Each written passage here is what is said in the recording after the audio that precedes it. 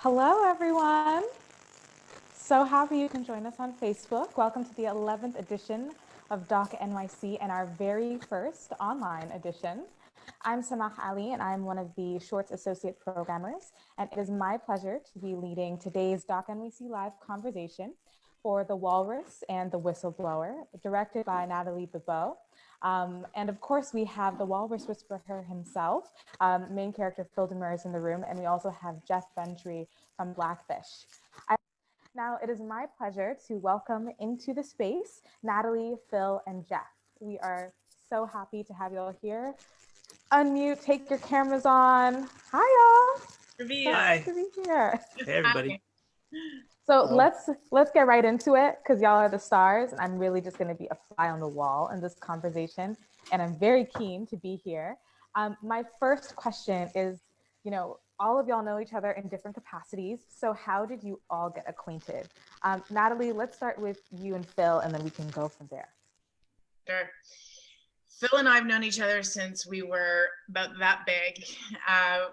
We met when we were kids. Phil was a friend of my brother's. We grew up in this town called Welland, just outside of Niagara Falls. And then I left that small town when I was about 17, didn't see Phil for about 20 years until I approached him to make this film. So we had a history and some familiar roots, but then came to this project as virtual strangers at the same time.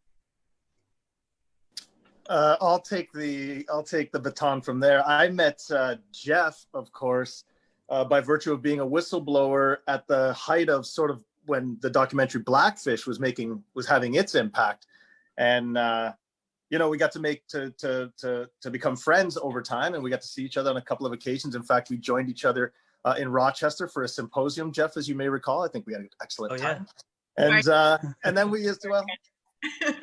And then we went on to meet in the San Juan Islands, where by virtue of all three of us coming together through the making of the film, I got to experience seeing wild whales for the first time in my life. So these are all very powerful people in my circle. And I'll add one little caveat to that. I believe when just soon after Don Brancho was tragically killed at SeaWorld, and the whistleblowing began with myself and John Jett and Carol Ray. I think Phil and I exchanged a couple of emails back in 2012, and he kind of teed me up that something was about to blow on his end. And so I was able to track his story from the very beginning.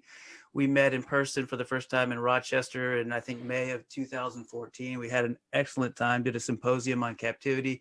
And we've met a couple of times in person, including lastly at Superpod 6, which was in 2018. We were going to do it again this year, but COVID kind of shut things down. So I can't wait to see Phil and Natalie again. We had a great time the last time, and I think we'll be able to do that again. Yeah, Jeff actually took this iconic picture of us as a film crew filming Phil see wild orca for the first time in his life. Jeff, it was the sun was going down. It was this gorgeous moment. That's Jeff's photo? That's yeah, Jeff's dude. photo. Oh, dude, you nailed it. I get goosebumps. I love that photo. Yeah. A bunch of us out there. Ingrid Visser's there. And he just lifts his camera and takes this epic shot. Yeah, it was very symbolic for me too, because I can remember kind of being in a very similar situation, except for me, it was on a boat, but I was watching from afar. I had a zoom lens on, so that was able to allow me to kind of step into your guys' frame there and grab that shot. I'm glad that you guys were able to use it a few times. I've seen it published a couple times. I love it. It's gorgeous. Yeah. Well, I'm glad I'm truly in a space where everybody's familiar with each other. It makes me feel familiar with everybody. I actually, in preparing for this conversation, I rewatched Blackfish, and I realized how young everyone working at SeaWorld and then also Marineland were respectively. And, Phil and Jeff, how do you think this impacted your perspective at the time while first working at these marine parks to becoming whistleblowers? From my perspective, you just kind of have this evolution. Maybe Phil had a similar one. I know that when you get the job at a place like SeaWorld and Marineland, you're kind of in a small percentage of people that strive to get that position. So you go through a honeymoon phase of a couple of years and you're just happy to be there. The pay is low, the risk is great, but you're working with animals, and that is why you're there.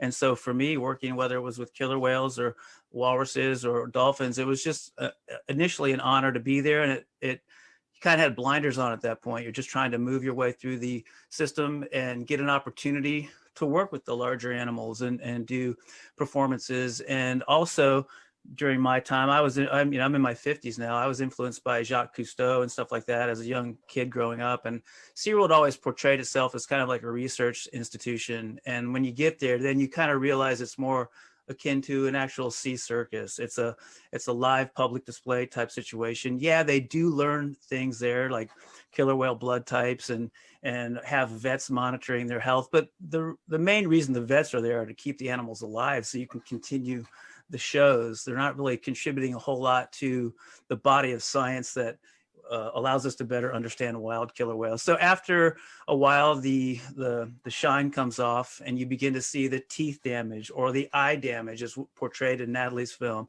especially with the pinnipeds. We saw that at SeaWorld. These animals are constantly looking up at trainers. And if you're a killer whale on deck looking up at a trainer, the sun's behind you. You know, you'll sometimes see trainers at SeaWorld in San Diego wearing baseball caps and sunglasses while they're doing shows. It's no wonder these animals develop cataracts and visual problems. So the shine kind of comes off. And then when that curtain gets pulled back for you personally, I think it's easier to step out and then begin to do what's right.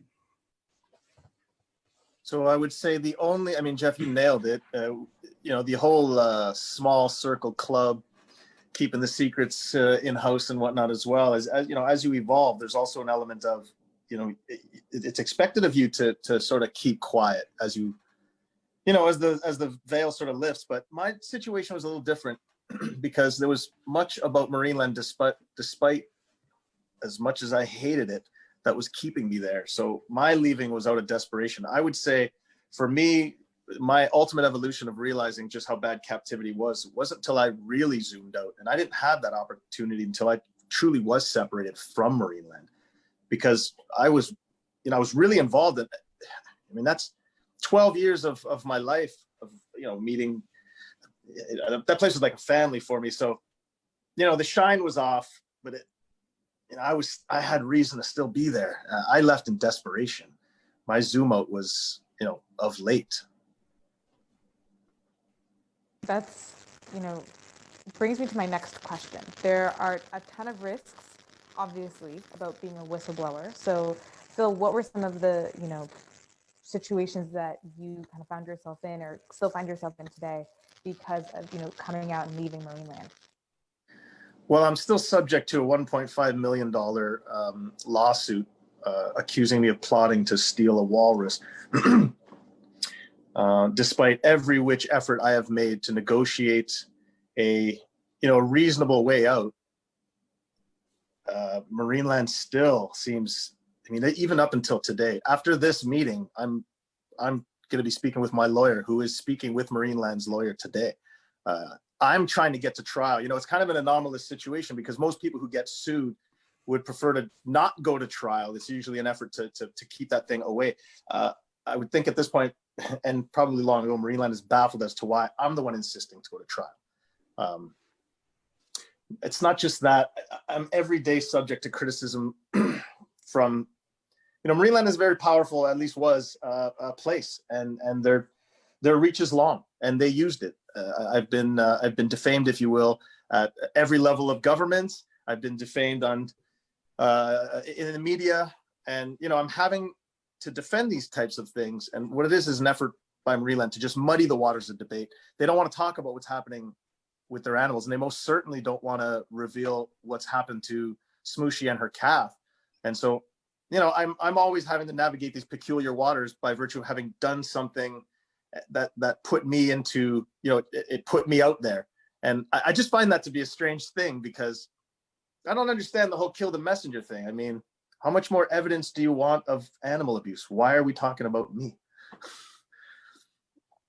I totally hear that. Jeff, is there, similar with you hearing in a documentary about animal captivity, what happened with you, or is there are there things still happening with you currently? Well, Phil touched on it, and that is I had separation for over a decade from my former employer. And when, and I had participated in research at the Center for Whale Research. This was how Superpod got started to begin with. I had met Ken Balcom. I had my moment on the peninsula like Phil did, seeing killer whales for the first time, and it radically altered my perspective. And so I had been to the Center for Whale Research several times. And so the day that Dawn was killed, I got a text message because I still had friends and people that worked at SeaWorld. A trainer was killed, and this happened in real time, and we were speculating who it might be. And within an hour after John Jett and I speculating who it might be, I get a call from one of the show producers for the Anderson Cooper show for CNN, asking me if I would be willing to go on camera, like kind of like we're doing now, but for CNN in New Orleans.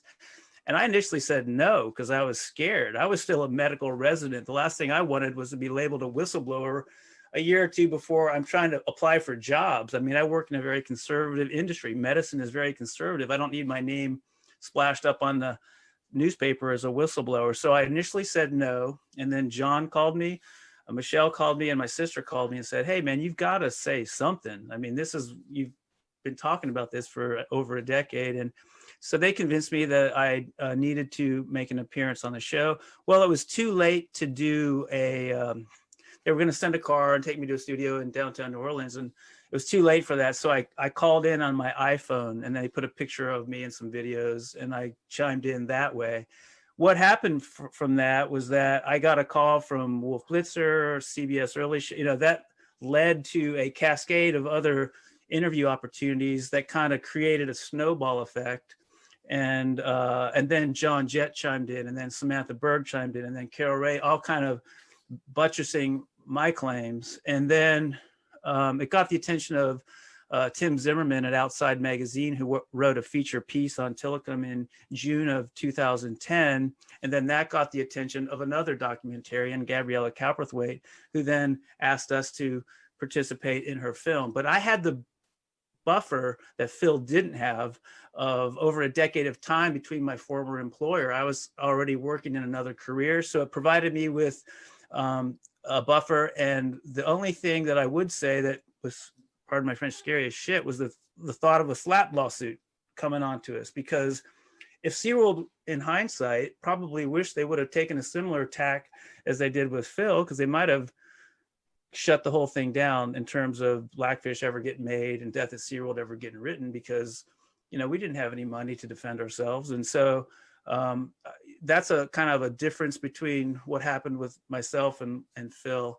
And I feel it's stunningly shocking that this has been allowed to go on. Since I tweeted about this interaction today, someone chimed in that there's been a retroactive thing about slap lawsuits in Ontario that just got passed, but Phil isn't grandfathered in. I don't know if that's true. I just heard that today. So I think this is a frivolous lawsuit. I'm happy that SeaWorld didn't apply that. I think what SeaWorld thought was that there's a huge elephant in the room and they would be able to squash this just by controlling the media narrative, which they had some success doing, but this thing just kept popping up and growing. And then of course, once Blackfish was made and the success that it had, it kind of blew open the doors. And I think it's helped out people like John Hargrove. I think it's, Phil is piling on now, and this whole story, the curtain's getting torn back, and I just couldn't be happier with the way things are unfolding. Amazingly said. And I want to let everybody at home know that you can write in the chat and we can answer any of your questions you may have for these wonderful people on screen. I want to actually, next talk about the evolution of what's kind of happened in the cultural zeitgeist. For example, before we got on air, I was talking about how not only am I Canadian, but I grew up in Toronto, and the marine park that I would go to is, of course, Marineland. I know the song. I even know one of the characters who is in Walrus and the Whistleblower because she is so prominent in the ad that it plays year after year. And after watching Blackfish and also just coming to my own, I no longer go to any zoo, park, any marine park, any of those places. Aquariums, not an interest of mine because I'm not interested in supporting animal captivity. And I wanted to pose the question to all of you in the room. It's been such a dramatic flip in the public eye of people wanting to go to these parks and then people no longer wanting to attend. So what do you think that in the cultural moment has kind of led to these significant changes with the public? Well, I'll say, I mean, the the film Blackfish and the death, particularly of Dawn, had a huge impact on the paradigm shift. It had been happening for years, but on a smaller scale. And I think that was one of the big factors that blew the thing wide open. What has happened since then, of course, is that it's gotten more and more into the mainstream, this kind of thinking, to the point that in Canada now, we actually have just recently passed a law that bans the captivity of whales and dolphins and porpoises outright. So they can't perform, they can't be bred, and they can't import and export them without special permits. So we've created one of the most strict and comprehensive laws that exist on the captivity of marine mammals anywhere in the world. In fact, it's the first country to make captivity a crime of animal cruelty. So this is covered in the film. And it's actually, ironically, one of the things that got me interested in making this film is actually seeing this topic debated in our nation's capital at that legislative level with a guy that I knew from childhood who, you know, went from being a shit disturber to a really, still a shit disturber, by the way, but a really eloquent, convincing spokesperson for this cause. And the combination of, you know, looking at this paradigm shift from a society level, but also the very personal level. I mean, this is one of the things I wanted to get at in this film is the transformation of what happens when you become a whistleblower, how you decide to become one, and then the effects that that can have. So Jeff's decision to speak that day on CNN and Phil's decision to speak has actually led to great changes, very important changes in our society. And what I wanted to do with this film was actually get behind those battle lines and look at the intimate nature of those journeys. Because I think what particularly Phil has gone through with his lawsuit it's a very unique situation that that inspires a lot of people. Anything to add? Sorry, is this me taking over here? I'm not sure. Feel free. Okay, what am I supposed to? You lost. I got completely lost. I think Nat said something kind to me. My heart warmed up, and then I started to drift away there.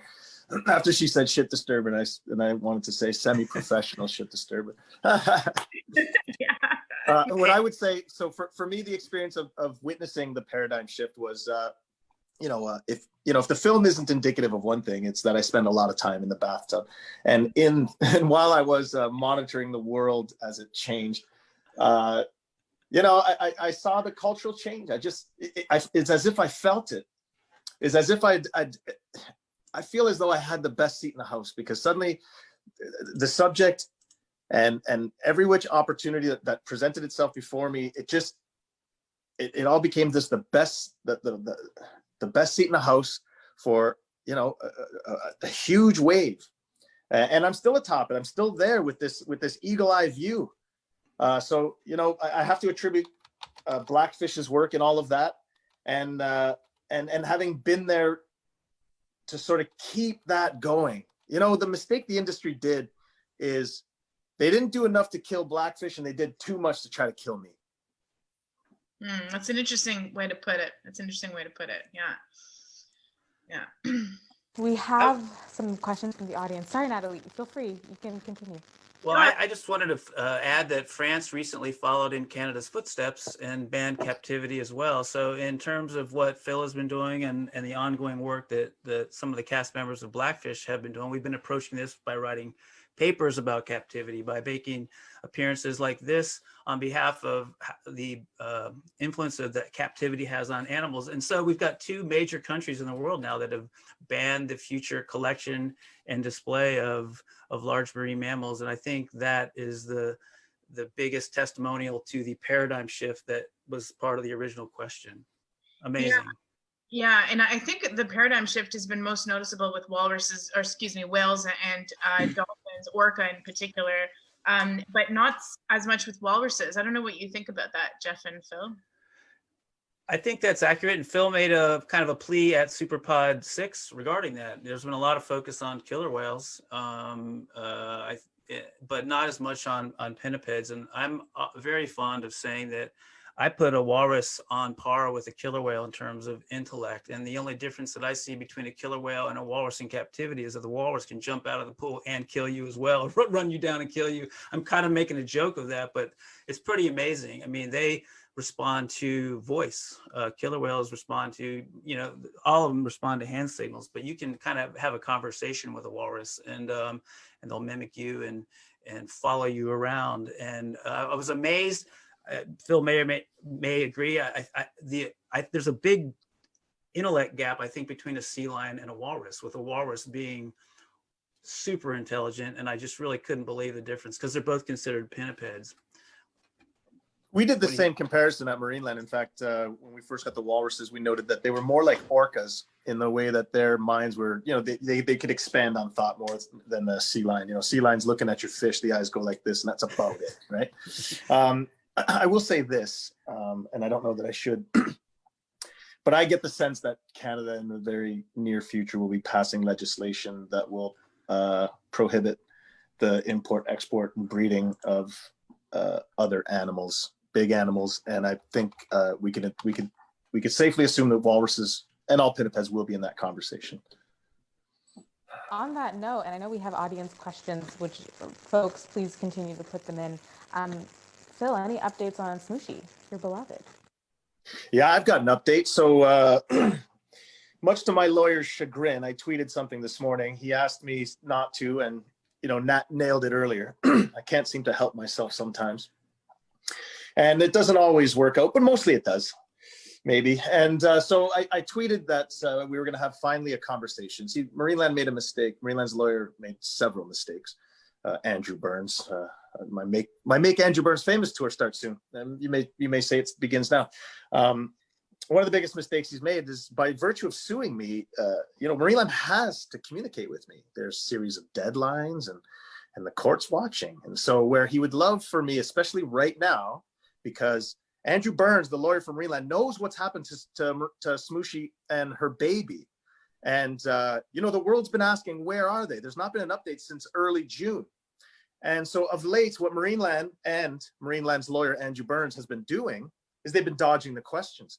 Anyone who asks any question about Smooshy on social media, be it a fan or a radical animal rights activist, will be blocked from Marineland. If you call Marineland, you will be told to call back, or you will be hung up on. If you call Marineland's lawyer, Andrew Burns, he will now, for the first time in 8 years, whereas before he always represented himself as in name the spokesperson for Marineland, will tell you to call Marineland. So Marineland's lawyer is running. So I tweeted this morning saying, well, I've insisted that my lawyer ask Marineland's lawyer, Andrew Burns, where Smooshy and her calf are. And in response, Marineland's lawyer today canceled that phone call and insisted that all writing or all interactions or communications be done in writing so that he himself could not be confronted about what he has done to Smooshy and her baby, which we've now named June. Love the name, June. Okay, so we have a few audience questions and I want to respect them and get to them. Natalie, we have an audience question for you. When do you think your Nature of Things film will air? That's an excellent question. I'm just waiting on an official air date, but it will be very soon, early in the new year. Awesome. Well, early in the new year, y'all. And guess what? Jeff is in that one. Yeah. Look at this. Am I naked in it as well? I kind of spared the audience. Yes, how about that? Okay, finally. There you go. It's a little Rejoice, Canada. And but maybe Jeff is naked. I mean, we don't know. The stakes are high. We have another audience question for Phil. Phil, do you hope to continue this endeavor in other areas or countries once this lawsuit is settled? So I wrestle with what it is that I do moving forward because, a lot of what I do is most effective when I get myself into trouble. And so I don't know that I want to do that much more. But in every way, shape, or form that I can help by virtue of my experience, assisting in passing of legislation in other countries. In fact, I've in communication with Australia, who's looking to pass a similar ban. Yes, in every which way, forevermore, I will do that. I just don't know that I want the police visiting my house. I don't know that I want to shoulder multiple multi-million-dollar lawsuits. I don't know that I want people with shotguns drive around my house anymore. We'll see. I do intend on taking a small vacation. I may rent a van and drive around Canada. The Get Phil Mentally Healthy tour. It's going to be great. We have another audience question, and folks, we have time for one more audience question, so feel free to put it in the chat. We'll be able to ask that. So the audience question I have right in front of me is, are there any words on Marineland's killer whale saying current killer whale going into sanctuary? No. I think there is talk of some of the belugas that are at Marineland. There is an offer on the table that they could be transferred to a whale sanctuary that's being built in Canada and Nova Scotia. I don't believe that deal has been firmed up, or Marineland has agreed or not agreed to that. But the belugas may have a shot of going to Nova Scotia. And I'm not aware of any discussions around the killer whale. All right. Y'all, we have one last audience question. Which is the water park that is the market or industry leader or bell ringer that would be the lightning rod in terms of changing the tide on this issue? I'm not clear on the question. I think the person is trying to ask, is there a water park or marine park that would be essentially is the industry leader, and by them passing a law or precedent, will it change the tide on animal captivity at marine parks? I would like to add that unfortunately, with the successes that we've seen both in the United States with the changing of laws in California regarding SeaWorld and so forth, and the success that Phil has had changing opinions in Canada, the unfortunate reality is that I can't remember the number, maybe Nat and Phil can remember, but I believe there's like 68 parks now in China that are harvesting orcas for display. And so as much success as we're having in North America, places where human rights and animal rights are less what they are here, we see this industry booming, so to speak. And also, we don't know exactly how the COVID-19 pandemic is going to impact this industry worldwide, because SeaWorld was already kind of on its knees from the blackfish effect, but was recovering. And then COVID-19 hit, and there's talk of SeaWorld filing for bankruptcy protection. So this is playing out in real time. And to chime in to both Phil and Natalie, who have both presented at SuperPod, our activism can continue at least every 2 years in the format in Friday Harbor, where we can kind of disseminate the latest information, present the latest scientific papers. Lori Marino, who is the CEO of the Whale Sanctuary Project, is trying to carve out a place for beluga whales and also for killer whales. But you've got to get somebody to partner with you along those lines, including government agencies and private citizens. So I'm hoping that they'll have full success with that. So there's things that make the future look good or optimistic, and there's also things that are the opposite, like what's happening in China right now. Yeah, you know what? There's actually 107 ocean theme parks now in China, if you can believe it. I looked it up the other day, and 27 under construction. So they're multiplying very, very fast in China. I don't know where they're going to get their whales though, since the Russian situation has changed. That's right. Well, so it's a mixed bag. It is a mixed bag, and we're out of time, and this conversation cannot be put into 30 minutes. And so I recommend, everybody to watch The Walrus and the Whistleblower at Doc NYC. I want to thank Phil, Natalie, and Jeff for being present in this conversation here today. It's been truly a pleasure. And I also hope everybody at home who's watching on Facebook Live and really enjoyed this conversation and learned a lot. Feel free to share this video so that way it goes to other folks and they can learn as well.